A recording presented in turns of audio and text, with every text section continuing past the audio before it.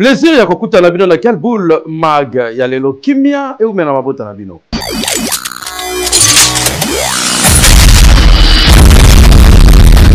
Tofongola quel boule ya lelo na réunion interinstitutionnelle Oyo.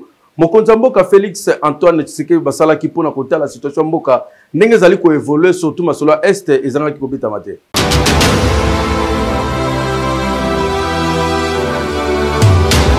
Mokonzi mboka Félix Antoine Tshisekedi Tshilombo boni melanga ka président Kibongo réunion interinstitutionnelle Oyo ezalaki mingi basé surtout pour makambetali évaluation ya situation sécuritaire na ba province ya est ya République démocratique du Congo pe mingi ya centre Oyo boyebi bazali déranger surtout dans makambetali sécuritaire ko sambate na kati ya réunion Oyo tomona Kibongo madame la première ministre excellence Judith Suminwa pe premier vice-président ya Sénat tomona Kibongo président ya Assemblée nationale, le président ya cour constitutionnelle. Oyo après ma solo na bango na kobima na bango, Vital Kamerhe, ozali bango président ya Assemblée nationale, après ça qui boye na micro ya quel boule mag. Moi, le président de la République nous a informé du fait que l'EAC, Eastern African Community, la communauté économique des États de l'Afrique de l'Est et la SADC, travailleront désormais ensemble dans le cadre du processus de Luanda et de Nairobi. Le président de la République nous a fait l'honneur de nous partager ce qu'il a engagé comme résultat à Doha. C'était sur le plan diplomatique très important et nous expliquer, et à travers nous, tout le peuple congolais, que Doha n'a pas annulé Luanda ni Nairobi. Au contraire, Doha vient booster Luanda et Nairobi. En ce qui concerne la résolution 2773, merci à tous ceux qui ont apporté leur voix pour qu'elle soit adoptée. C'est une victoire diplomatique parce qu'elle impose des sanctions, elle impose des cessations des hostilités, mais nous avons dit que ce n'était pas suffisant, il faut qu'on ait des modalités pratiques de l'application de cette résolution, d'autant plus que par le passé, on a eu des résolutions de démilitarisation de Kisangani qui n'avaient pas été appliquées. Et là, le travail va continuer. Et le président a exhorté Madame la Première ministre et le gouvernement de continuer cette offensive diplomatique pour dire à nos partenaires et amis du Congo comment nous allons rendre pratique cette résolution 2773. Yo, ce que nous avons déstabilisé la région, il y a Grand Lac, Ezali Bongo Paul Kagame, Wana Zali Maloba. Il y a président, il y a Burundi Alobi, Yende Mokonjaba 1-23. Koutou Bango Bazali ko se préparer, ce qui Paul Kagame Amérique Take Bango à côté, na côté, il y a Uvira Kuna, Bango peut répliquer, Nanga Moussou sur la frontière, il y a Rwanda.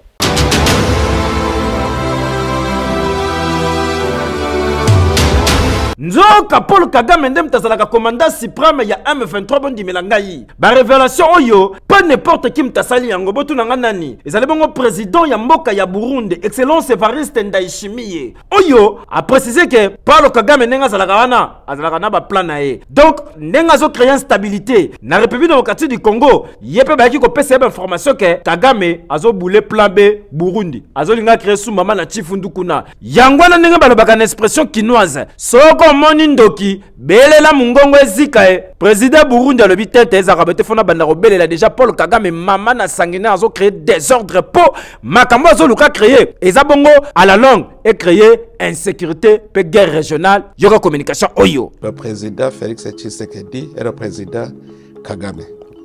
Kagame s'est absenté. C'était à Luanda. Un autre jour, le président Tshisekedi accepte de rencontrer le M23 et le M23 s'absente. C'est le même lieu et ce sont les mêmes alliés. Moi, ça m'amène à penser qu'il y a un roi faiseur de loi qui est derrière M23. Si Paul Kagame a refusé d'aller à Rwanda, est-ce que vous pensez que M23 allait accepter d'y aller? C'est le commandant suprême de M23. Ce qu'il veut, c'est ce que le M23 veut. Ce qu'il fait, c'est ce que M23 fait. Eh, mais c'est Kagame. Yango yora sonité na makambo salaka. Makambo yakala. Bat bakoma ko boule développement ya mboka na yo, développement ya baïta voisin et puis développement ya espace régional. Lelo Afrique moyen développer zate. Pona nini bwana Kagame kuna. Soit tali on a créé fundu na RDC a créé, soit tala Burundi a créé. Soit tala le Afrique du Sud a créé des ordres. Donc Nengazana a commis un élément très dangereux pour l'Afrique et la normalité. Hikeyo, tout que na masolo ya consultation ya Eberande bondi melanga pour na ba Congolais beza perte à tambongo ya pamba parce que azo manega ba union sacré parce que côté opposition baboyi peut perdre na lamuka yoka réponse na bango.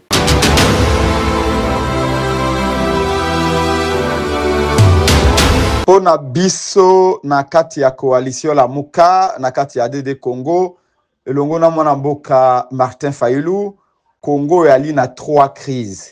Crise sécuritaire o ezali ko bomisa ba Congolais.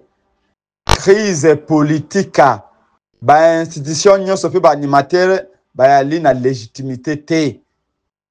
Crise sociale o yali ko boma bana ya Congo nzala mpiaka lelo ba roulage ba professeur d'université ba enseignant ba journaliste ba na Congo banso ba komiko bika obe na winner na Paris foot même bana basi ya 18 ans ba komiko yeba championnat ya Japon kaka pona kobeta 21 nyonso yo wana ali ba crise pona ko résoudre yango esengeli dialogue tolo banano ba vérité to se réconcilier pour cohésion pe unité et yala oye que ça malelo na monsieur Berande et alinde union sacrée azali ko consulter union sacrée pour na gouvernement ya union sacrée question yali pour na litomba nini et alobe union sacrée nde a initié consultation ya ba membre union sacrée pour na composer gouvernement union sacrée. La position du PPRD de Joseph Kabila Kabange est claire.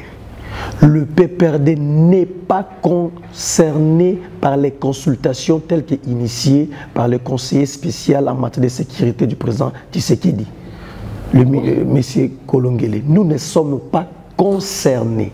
Je vais vous dire pourquoi nous ne les sommes pas. Déjà, il faut enlever le nom de PPRD dedans.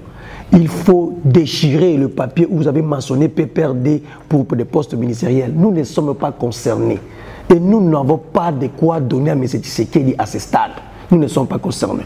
De un, nous estimons que les institutions en place, elles sont illégitimes. Parce que ces institutions sont nées de chaos électoral. Pour la population à Kinshasa, Balobi dépense inutile ya mboka ko yambara ba même personne, ba même tête, alors que Union Sacrée et yebali na ba nombre ba député na bango gouvernement Union nationale oyo et ko sale malolenge nini soki opposition ezate.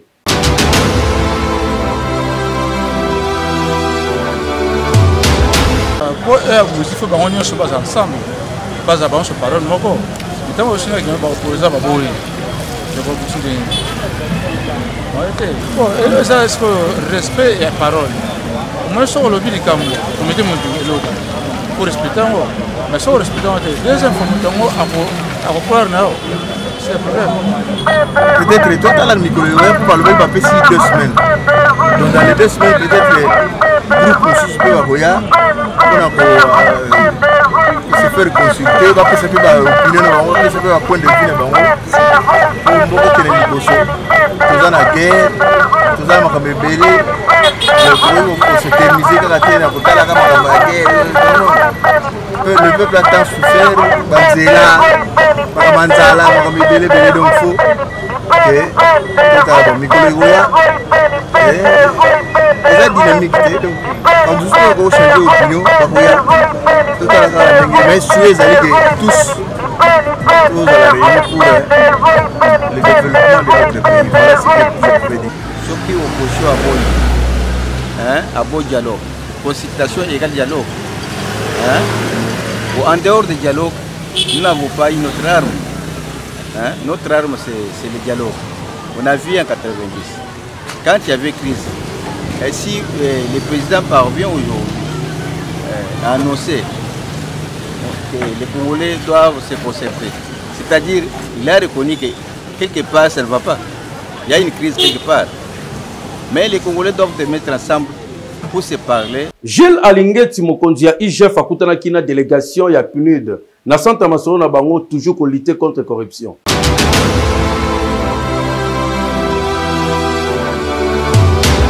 Délégation moko ya ba programme ya Nations Unies pour le développement PNUD na mokuse ba kitaki awa na ba installation ya inspection générale des finances IGF et sika wapi ba yambamaki kitoko avec impact na idéologie et pas ya ye moko chef de service l'homme de la rigueur numéro 1 ya IGF Gilles Alingeti Kei et sika wapi ba betaki masolo kitoko concernant évaluation ya évolution ya coopération entre PNUD na IGF. Kasi esengeli koyeba que inspection générale des finances IGF na mokuse et bénéficiaka na appui ya PNUD depuis bambule belé na ba domaine informatique pe licence pour exploitation ya ba logiciel pe ba matériel mususu lokola panneau solaire ba ordinateur. Et esengeli koyeba que nyonso esalemi kaka pour soutenir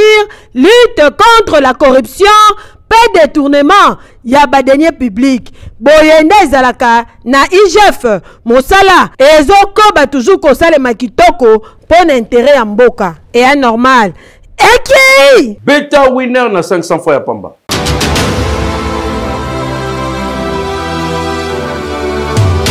Winner.bet présente Winner Loto. Nini wana boso beta. Winner. Bonsoir à tous, vous jouez pour des sommes à couper les souffles ce mercredi 26 mars 2025 avec à la clé un merveille jackpot Win 4 de 10 145 000 francs congolais, mais aussi un merveille jackpot Win 4 double de 26 375 000 francs congolais. À vous donc de choisir que 4 bons numéros sur vos tickets pour espérer gagner tout cet argent. Et si vous l'avez fait, nous allons tout de suite passer au tirage et bonne chance. Ce tirage se déroule sous les vigilants d'un huissier de justice, des officiels Winner Loto, mais aussi d'un public témoin. Mesdames et messieurs, regardez, nous accueillons tout de suite le tout premier numéro de la soirée. Et c'est le 16. Notre deuxième numéro, mesdames et messieurs, accueillons les 17. On avance pour le troisième numéro de la soirée. Regardez. Et c'est le 1 qui complète la liste. Le quatrième, le dernier numéro de la soirée, c'est le 23. Je vous rappelle la combinaison gagnante. Si votre ticket fallait nécessairement trouver les 16, les 17, les 1, mais aussi les 23. Avez-vous trouvé cela depuis la maison? Si oui, moi je vous dis félicitations. Sinon, je vous retrouve très prochainement avec le même plaisir. Prenez soin de vous et excellente soirée chez vous. Au revoir. Babomi mutupe ba yibi na shop ezali bongo na commune ya Ngirengiri ba criminel insécurité na ville ya Kinshasa.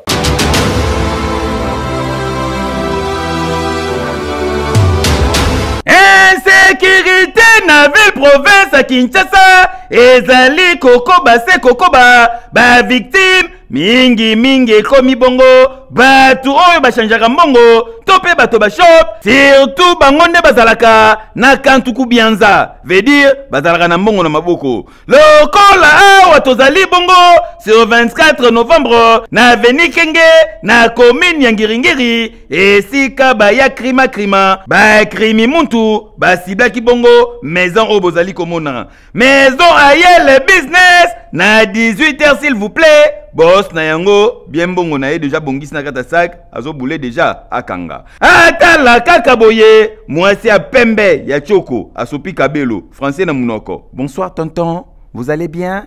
Je peux avoir la monnaie?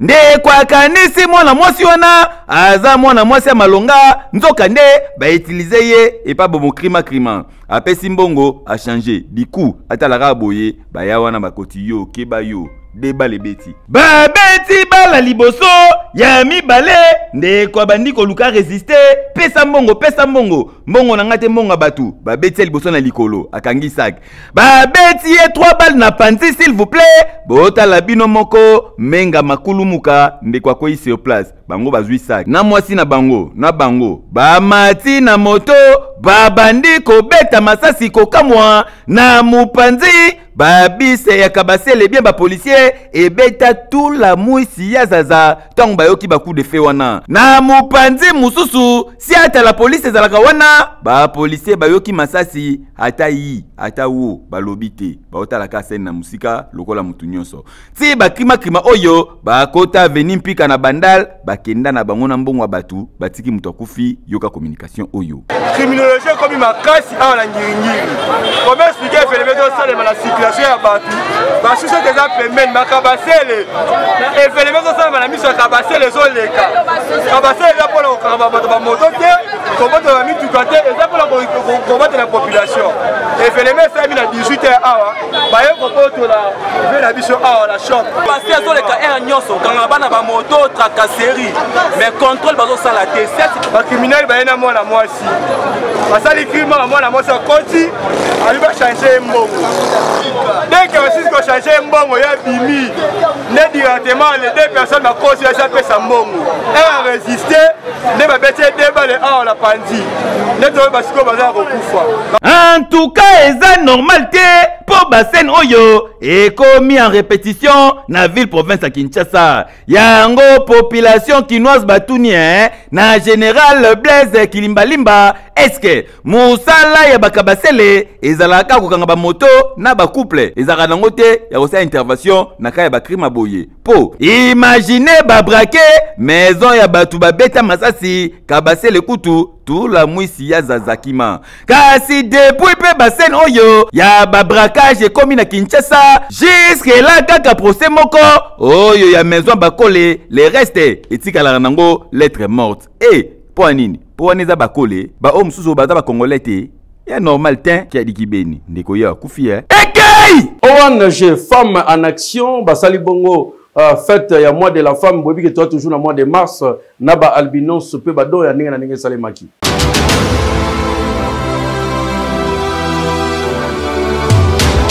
ONG Femmes en Action bazali ya solo en action kaka ndenge kombo na bango ezali koloba mardi ya lelo na kosa yo te ba mama batali mbula te bakiti na commune ya Ngiringiri awa esika basangisaki balbinos regroupé na ba structure lokola grâce albinisme pe fondation Mwimba Texas awa nyonso bandaki na prière présidente ya ONG Femmes en Action Mama Aimé awa après mot de bienvenue oyo etangamaki epai ya madame Marie-France pe madame Clarisse bango nyonso barepresentaki grâce albinos pe fondation Mwimba Texas ndimelanga ike présidente ya ONG Femmes en Action Mama Aimé ntango azwaki maloba awa ateyaki balbinos mingi na oyo etali intégration na bango na kati ya société ateyaki bango balongola complexe pe discrimination po ndundu azali lokola mutu nyonso surtout likambo ya autonomisation ya femme albinos awa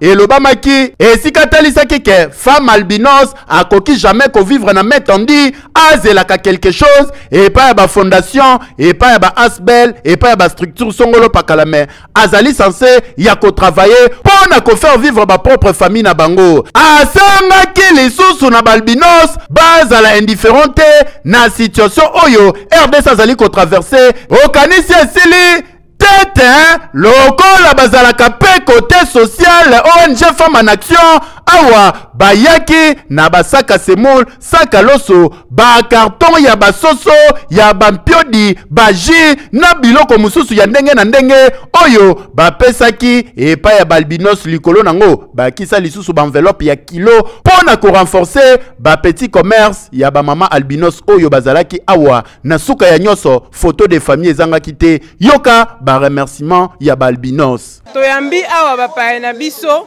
oya Femmes en Action Mama Aimé venu des États-Unis baye awa ko célébrer na biso ko motiver biso ko sensibiliser pe biso kandenge biso moko pe to salaka et puis ba memela ki biso moi maputa na moi ba cadeau mususu comme vous savez que c'est le mois de la femme ozo sensibiliser pe en action avec quelques donations. Le mot on a quoi s'adresser pour les femmes en action. Premièrement d'abord c'est merci.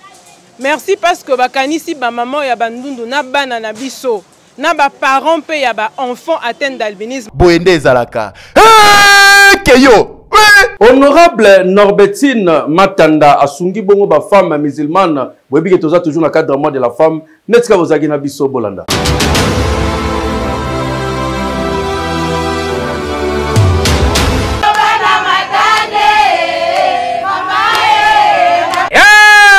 Ezalaki na ambiance oyo de ba femme musulmane ya Masina Petro Congo bayambaki bongo Honorable Norbertine Matanda Mama Lumière ndenge babengaka ye avec partenaire idéologie. Bondi melangaike cérémonie ebandaki bongo na lecture ya Coran suivi na moya circonstance sima na yango député provincial ya Kinshasa Eli Elemba Honorable Norbertine Matanda Mama Lumière azwaki maloba pona kotalisa bango pourquoi aye kotala bango. Oyebi ke Mama Lumière azali mama ya coordonnatrice générale ya Fondation Charles Mutamutu oyo président na moi ezali papa Charles Mutamutu oyo atinde biso pe toza na kati ya ACP ya papa Jean-Louis Yambaka una pe na mosika atinde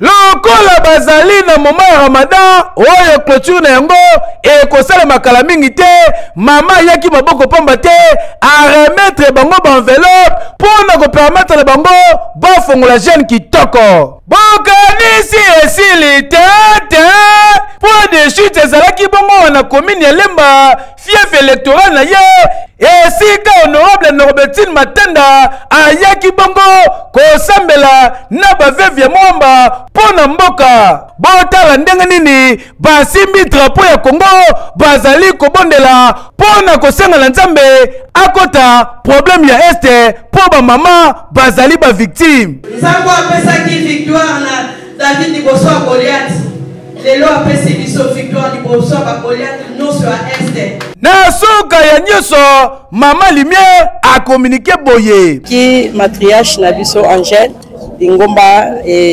azwaki vision Nzambe ayebisaki esengelaki organiser prière pona mboka na biso na ko associer pe baveve na kati ya prière wana yango ye pe a interesaki ngai na ndimaki toyaki ko bondela Nzambe longo na baveve parce que baveve bazali une force tango veve azolele pa ya Nzambe Nzamba ya nolaka boyende zalaka oyo Honorable Norbertine Matanda Mama Lumière azali kosala ata Satan akosenga na Nzambe apambola ye po bolamu eleki ebele keyo oui TVC médical boyebi ke couple tatete bakende kosala opération ya mbasu na Kolwezi bazongi na Kinshasa kende mbangu pour opération na diagnostic.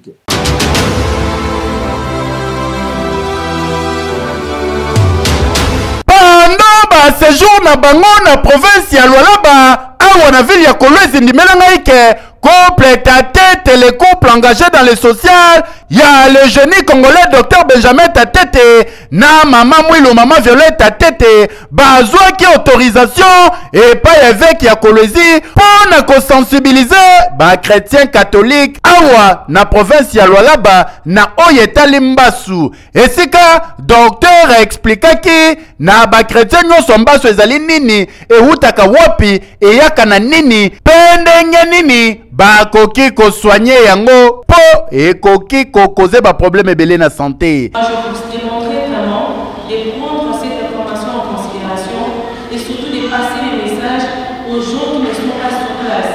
Je suis sûre et certaine que vous connaissez un nombre de familles qui a ce problème de santé.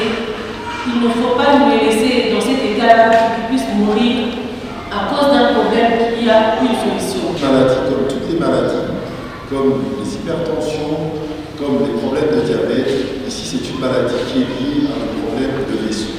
Nous avons un veine qui ne fonctionne pas bien, nous avons une pression importante, nous avons des fluides qui se mettent sous la peau et cela crée un problème de perturbation de la zone. Demeurons sensibilisation et salemaki, consultation et salemaki awa ya ofele kaka ndenge bozali komona na semok et si KTVC médical bachaki ki jena bango awa ba consultation nyoso elekanaki kitoko oyo wapi ba témoignage ezalaki ebele na ndenge ya kosakana te lokola ya sœur Agnès Kalombo. Parce qu'on a trouvé que j'avais 4 veines, les grosses là, qui avaient des dimensions anormales. On est débarrassé de toutes ces histoires, il faut mettre les pieds comme ça, il faut. Alors là, vraiment, on est bien guéris. Je les encouragerai d'aller, il ne faut pas avoir peur, et seront guéris. À travers couple tate telelo mba selonga kindoki mba selonga makambo moko ya mystique ba expliquer que ezali kaka pota oyo soki ezali mal soigné nde ekoki ko créer makambo ebele na santé lelo couple tate ba bienfaiteur oyo ba mesana ko salisa ko sunga ba aider ba compatriotes na bango ya lwalaba oyo bazalaki na problème ya mbasu bazui traitement na ndenge sengeli oyo longa te keyo Pour na ko somba ba fenêtre ba table biloko nyo soit qualité même ya cuisine na ko na yokende na Jafar Alu ba spécialiste ya aluminium à qualité.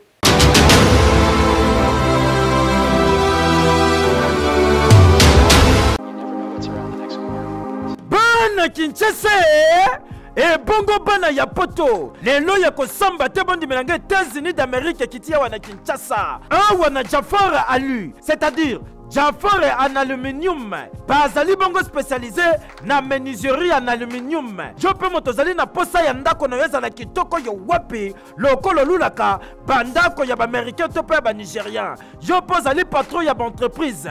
Ozali na posa ba bureau na elata ba lele ya sika ezala bien équipé yaka na Jafar Alu ya kosamba te. Fabrication ya ba porte et bongo ba fenêtre et bongo ba garde-fou na ba bain vitré ya kosamba te. Bomona kaba meuble cuisine, c'est-à-dire ba cuisine moderne local États-Unis d'Amérique. Wana Jafar Alu bazali ko bete yango dada ya ko sambate. Po na mbongo ya mukie bato baluli ndako na yo. Nyonso bazali ko salela yango mur rideau na cloisonnement bureau. Nyonso wana Jafar Ali mo salezo kende kitoko yo wapi. Bana Congo bana poto États-Unis ekiti na kati ya Kinshasa.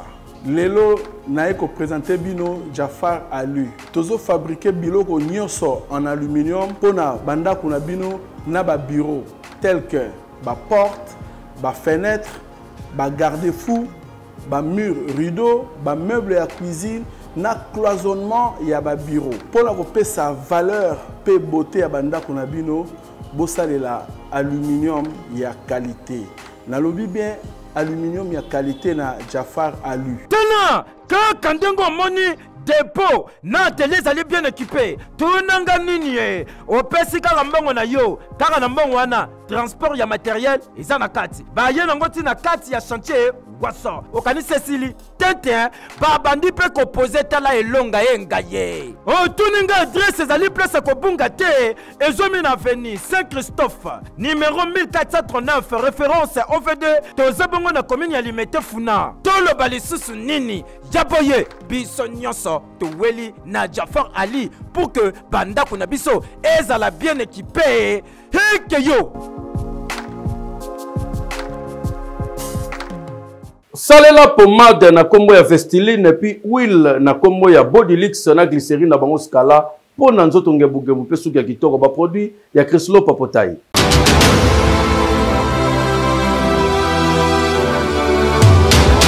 Na mokolo ya lelo ekoyinda mabe na bagami ya ba parfum Scala na Bodylix. Lelo kozala bien parfumé et zuba combo. Yango yeye bondi menangai. Vraiment na Kinshasa, vraiment na République démocratique du Congo. Ba tantino ya babuwa kama banoko ya swaga. Olati kitoko yo wapi. Na batalio na nzelo legibwe. Chudi ya kubola. Éviter solo ya mabe solo ya ngai na nzoto. Lelo tozali koloba boye ba gamme ya ba parfum. Oh yeye ko pesa solo ya kitoko. Oleki batu bati wow. C'est du wow. Yango yo ba gamme parfum oyo ba jeune, ba star, ba zali ko salela. Scala Pepo du luxe.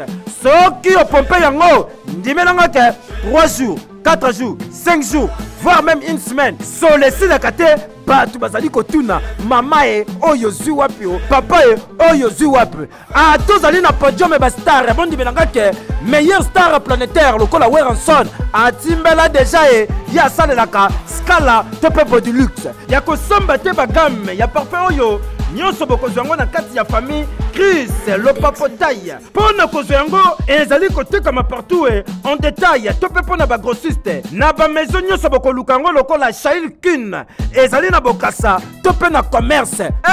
Ndeko mwasi olataka kitoko yo wapi soko tie kabelo cher bato bazolula yo olati chaussure dame ya kitoko kota likolo kutu na parle même pas obetaka costume ya ba grande star mais lore bomaka yo tango tambolaka baboya ya koloba chudi ya kubola nde ezalaka éviter yango na mbongo ya mukie bato baluli otiki solo vrai tantine vrai noko bayebaka ene na odeur welela ba parfum kilelo Scala to pepo de luxe awa place ba vrai noko na ba vrai tantine batimbeli toli ya pete o tolobaki te baninga ba olula bango pona ba parfum oyoki heke yo na ba gamme ya ba parfum Bodylux na Scala ntunga Scala Bodylux kilelo ntunga. Ba mama quelle boule yango ezaki na plaisir pour nanga na présenter pour na bino kimia et omela mabota na bino.